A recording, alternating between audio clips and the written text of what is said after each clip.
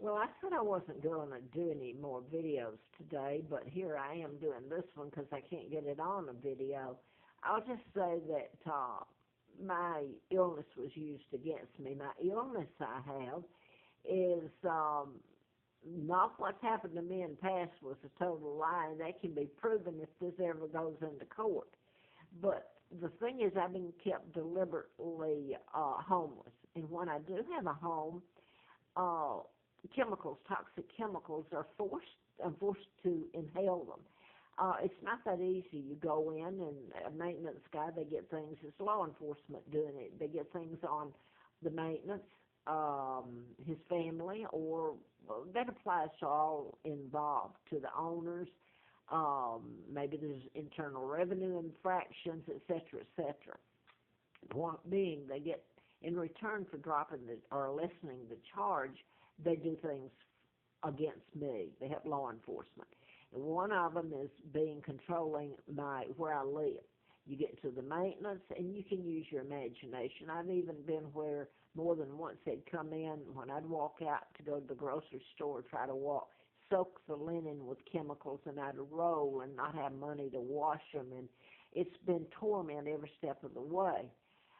My immune system attacks itself, and over the years, the inflammation is so horrific, you have to get away from it. There's no other way. It's like a light switch on and off. Now I want to get to, it makes me look bad too, because people they know it around here, in the media, the national networks knew about my kidnapping before me and about the mind control murders.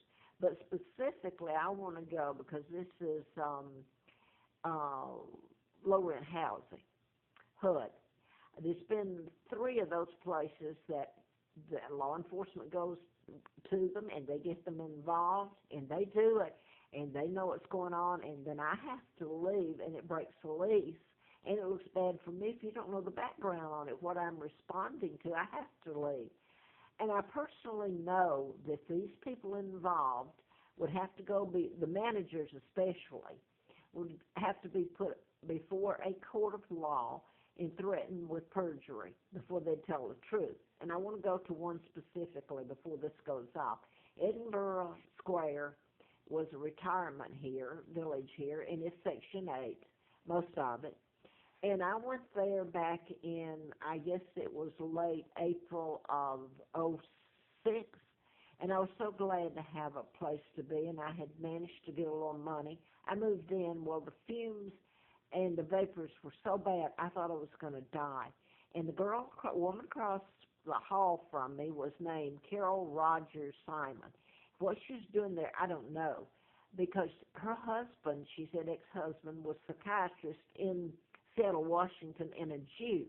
And she told me, she says, you're paying for your family's crimes. She was speaking of part of my family is not just the Windsors. That's who I am, Margaret Ann Windsor. But it's my family that have helped so much in what's happened to me, the Germans, the German royal family, the German citizens, and my family there. And some here in America have tried to help. Most, it's a joke, an April Fool joke, like the antifreeze they put in me, April Fool Day of 80 after I did the book.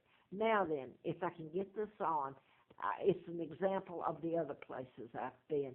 Carol Rogers Simon, married to the Jew. Jennifer was the manager there. I can't remember her last name. But what happened there was I was so sick I would go to her with it, and she wouldn't do anything about it, pretend it's not happening.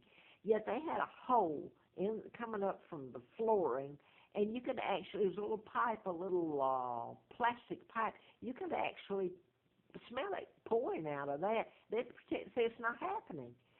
So Carol lived across the hall from me, and I thought she was a friend. And I'm going to say this. Finally, because they wouldn't do anything about the chemicals and the maintenance guy, and there's a story behind the maintenance guy, okay, where he lived and who he was. But anyway, it kills you. It's slow killing me. But I slept in her apartment for a couple of nights, like for 4 or 5 hours, and it seemed okay. And she said she would switch with me. So we switched. And it was my understanding that Jennifer, the manager, okayed it. But the point is, it should be focused on, she should have stopped the mess, never let it have happened. Now, I've gone back to some of these places, because it's really ridiculous and sick. It's assault. It's joining into a conspiracy. I went back to her a couple of times, though, and talked to her, and she, you know what she said? She said, well, you and Carol switched departments. I don't have anything to do with that. It was not legal. You know what? They go and they dismiss the original crime, what they're doing to me, and the damage it's doing to me, and that it's breaking the law.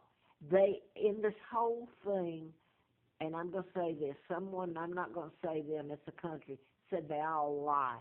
And they did. If this is ever told, it was one lie on top of another. And it is so ugly and sick.